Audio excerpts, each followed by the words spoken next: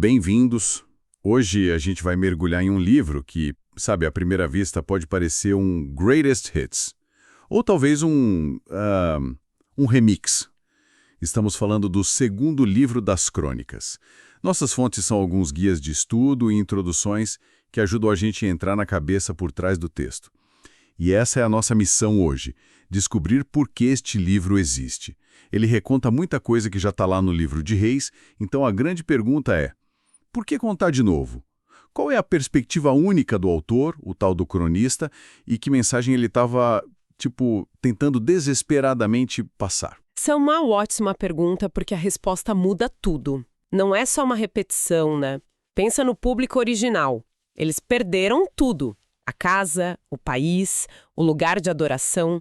Eles estão começando do zero. Eles não precisam de uma aula de história seca, sabe? Precisam de uma história que diga: é isso que a gente é isso que importa e ainda tem esperança.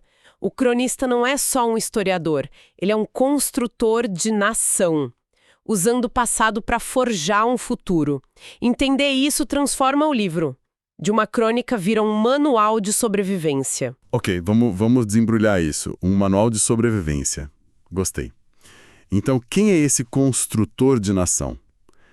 Quem era o cronista e para quem exatamente ele estava escrevendo? Qual era o cenário? Bom, a tradição antiga dizia que era Esdras, o sacerdote. Hoje, a maioria dos estudiosos prefere falar de um autor anônimo, que a gente chama de o cronista. Ele está escrevendo ali por volta de 400 a.C. E para entender a cabeça dele, a gente tem que imaginar a situação. A elite de Judá tinha sido levada para o exílio na Babilônia e agora, gerações depois, um grupo deles pôde voltar. Mas voltar para quê? Jerusalém estava em ruínas. O templo, o centro do universo deles, era um monte de escombros. A monarquia de Davi tinha acabado.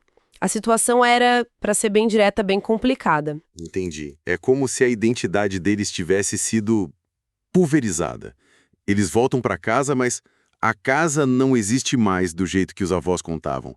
Eles precisavam de um norte, de uma história que conectasse eles de volta a quem eles eram e que mostrasse um caminho para frente. Exatamente. E o livro de Crônicas é a resposta do cronista para essa crise de identidade. Ele está, essencialmente, respondendo a 3 perguntas que devem ter tirado o sono daquela comunidade. A primeira: quem somos nós agora? Depois disso tudo, quem são os verdadeiros herdeiros das promessas de Deus? Somos nós, esse grupinho que voltou? Certo. A questão da identidade, qual a segunda? As instituições. O que a gente faz com o trono de Davi, que está vazio, e com o templo, que precisa ser reconstruído? Essas 2 coisas eram o coração da nação. Como elas deveriam funcionar juntas nessa nova realidade? E a terceira pergunta é a mais profunda, a teológica. Como a gente processa o que aconteceu? Por que Deus permitiu o exílio? E essa restauração, essa volta para casa é de verdade? É a graça de Deus em ação? O livro inteiro é uma tentativa de responder essas 3 questões. E aqui que a coisa fica realmente interessante, porque a maneira como ele começa a responder isso é falando de Salomão. Mas, peraí, o Salomão que a gente encontra em Crônicas não é exatamente o mesmo Salomão que a gente lê lá em Reis. É. Nem de longe. É aqui que a gente vê o gênio e a agenda do cronista. Ele pega a história de Salomão e faz uma edição muito, mas muito seletiva. Por exemplo, toda aquela trama política suja de como Salomão chegou ao poder, com conspiração, execução, completamente apagada. Espera aí, ele simplesmente apaga da história. E a parte final do reinado de Salomão, onde ele casa com centenas de mulheres estrangeiras, constrói altares para outros deuses e, basicamente, joga a sabedoria dele no lixo. Desapareceu, como se nunca tivesse acontecido. Em Crônicas, Salomão é apresentado de uma forma quase exclusiva como o grande e fiel construtor do templo.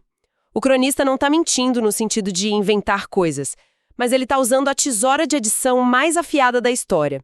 Ele está criando um retrato idealizado para ensinar uma lição. Uma lição muito específica. É como fazer uma cinebiografia de um astro do rock e focar só nos prêmios que ele ganhou, deixando de fora todo o caos, as drogas, os relacionamentos destruídos.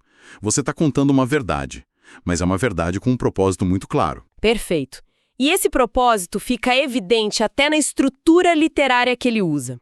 Os estudiosos chamam de estrutura concêntrica. Pensa num alvo, com vários anéis. Tipo um sanduíche literário? Um sanduíche literário, ótimo. No pão. No começo e no fim da história de Salomão, ele fala da sabedoria e da riqueza do rei. Um pouco mais para dentro, tipo o alface e o tomate, ele coloca as relações internacionais e a administração do reino. Mas e o recheio? O coração absoluto da história, o centro do sanduíche, é a construção e a dedicação do templo. Não há dúvida sobre qual é o ponto principal. A mensagem é: a maior glória de um rei, o centro da vida da nação, é a adoração a Deus no lugar certo e da maneira certa. Uau! Isso é poderoso, especialmente para um povo cuja principal tarefa era literalmente reconstruir aquele mesmo templo. Ele está dando para eles um modelo perfeito, uma inspiração. Mas essa imagem idealizada de Salomão deve ter se chocado com a realidade bem rápido, porque depois dele, a história é uma bagunça. O reino se divide. Como o cronista lida com a longa e, francamente, deprimente lista de reis que vieram depois? E continua com a edição seletiva dele. Primeiro, ele toma uma decisão drástica e ignora quase que completamente o Reino do Norte, Israel. Mas isso é metade da história. É tipo contar a história da Guerra Civil Americana falando só da União. Por que ele faria isso? O público dele não acharia isso estranho? Pra gente parece estranho, mas pra audiência dele fazia todo sentido. Lembra das perguntas que ele está respondendo. Onde está a verdadeira linhagem? Onde está o lugar de adoração correto? Para o cronista, as respostas eram claras. A linhagem de Davi e o Templo de Jerusalém. Ambos estavam no Reino do Sul, em Judá. Então, na visão dele, a história legítima do povo de Deus continuou ali. O norte, com seus reis de outras dinastias, seus locais de adoração alternativos, era um desvio, uma nota de rodapé trágica. Ok, faz sentido dentro da lógica dele. Então, ele foca em Judá. E cada rei que sobe ao trono parece passar por uma espécie de avaliação de desempenho, um boletim. Se você fosse um rei de Judá, como é que você tiraria uma nota boa com o cronista? O que estava na checklist dele? A checklist é surpreendentemente consistente. Basicamente, são 3 critérios. Primeiro, e mais importante, o rei foi fiel à lei de Moisés. Regra número 1, siga o manual de instruções, certo? Exatamente. Segundo, ele deu apoio e grana para o templo. Ele manteve a estrutura de adoração que Davi e Salomão estabeleceram, com os sacerdotes, os levitas, ou ele negligenciou isso? Então, o critério 2 é cuide da casa de Deus e das pessoas que trabalham lá. Entendido. E o terceiro, ele ouviu os profetas. Quando um profeta aparecia com uma mensagem de Deus, muitas vezes uma mensagem dura, o rei se humilhava e obedecia ou mandava prender o mensageiro. A avaliação de cada rei, de Asa a Josias, gira em torno dessas 3 coisas. E a partir desse boletim, ele cria uma fórmula quase matemática, não é? Parece que ele quer deixar uma lição muito, muito clara para o povo. Claríssima. É uma teologia de causa e efeito imediata. O cronista usa frases específicas repetidamente. Se um rei buscava o Senhor, ou seja, passava na avaliação, o resultado era bênçãos que você podia ver e tocar. Vitória nas batalhas, segurança nas fronteiras, prosperidade econômica, era tipo um videogame. Faz a coisa certa, ganha power-ups. E o contrário? O contrário era igualmente direto. Se um rei se esquecia de Deus ou o abandonava, o resultado era castigo imediato e visível. Derrota humilhante na guerra, instabilidade política, até doenças pessoais. A mensagem para a comunidade pós-exílio era brutalmente simples. As escolhas de vocês têm consequências diretas e imediatas. A prosperidade e a segurança da nação recém-formada dependiam inteiramente da fidelidade deles.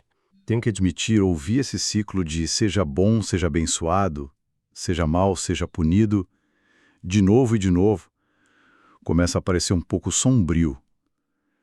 A gente tem alguns reis bons, como Abias, outros terríveis, como Acaz, E muitos com um histórico misto, que começam bem e depois pisam na bola, tipo Asa e Josafá. Se até os melhores acabam falhando, parece uma situação sem esperança. Tinha alguma saída para esse ciclo? Claro, a partir do reinado de Ezequias. Ele é apresentado como um novo Davi, um novo Salomão. O cronista descreve com grande entusiasmo como Ezequias purifica o templo e convida não só o povo de Judá, mas também o que restou do povo de Israel no norte para celebrar a Páscoa em Jerusalém. É a primeira vez em séculos que isso acontece. A ideia de um reino reunificado em torno da adoração verdadeira volta a ser uma possibilidade. Isso parece um grande passo à frente. Um vislumbre de esperança. Mas a história de Crônicas é implacável, né? Porque logo depois de Ezequias, vem o filho dele, Manassés. E o reinado de Manassés é descrito como o ponto mais baixo da história de Judá. Idolatria, sacrifício de crianças. É horrível. Parece um passo para frente e 10 para trás. Sim, e é exatamente aí, no fundo do poço, que o cronista revela sua mensagem mais importante. A história de Manassés em Crônicas é radicalmente diferente da contada em Reis. Em Reis, ele é o vilão que sela o destino de Judá, ponto final. E em Crônicas, a história continua. Depois de toda a maldade dele, Manassés é capturado pelos assírios e levado como prisioneiro. E lá no exílio, o texto diz que ele se humilhou profundamente e orou a Deus. E Deus ouviu, depois de tudo que ele fez. Deus ouviu e o restaurou ao seu reino em Jerusalém. Pensa no impacto dessa história para o público do cronista. Eles também tinham estado no exílio como castigo por seus pecados. Se o pior, o mais idólatra dos reis, pôde ser perdoado e restaurado simplesmente porque se arrependeu de verdade, então havia esperança para qualquer um. Havia esperança para a nação inteira. A graça de Deus era maior que o pior dos pecados deles. Essa é a virada do livro. Uau, isso muda a perspectiva completamente. Então o ciclo não é só obedeça e seja abençoado. Existe um elemento a mais. Fracasse, arrependa-se sinceramente e seja restaurado pela graça. Precisamente. Esse se torna o tema dominante. Josias vem depois e promove grandes reformas. E o mais significativo de tudo é o final do livro. Ele não termina com a destruição de Jerusalém, que seria o final lógico e deprimente. Ele termina algumas décadas depois, com o decreto de Ciro, o rei persa, que diz: "O Senhor me encarregou de lhe construir um templo em Jerusalém. Quem dentre vocês pertence ao seu povo, suba." A última palavra do livro não é castigo, é suba. É um convite à restauração. Então, para resumir, segundo Crônicas não é uma mera repetição. É uma reinterpretação teológica, quase. Uma campanha de marketing espiritual, se me permite o termo. O objetivo era dar esperança e um roteiro claro para uma comunidade em frangalhos.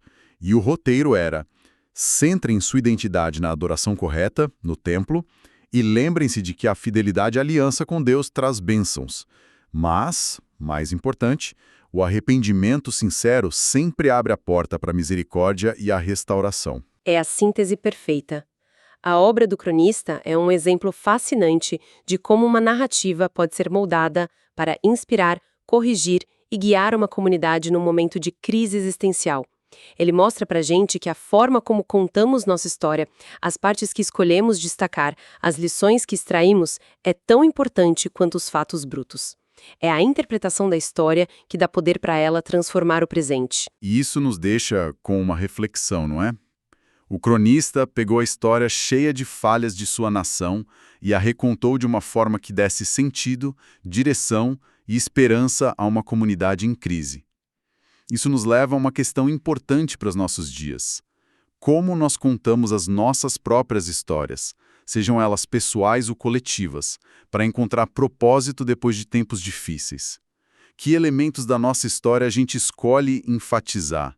E por que essa escolha é tão significativa?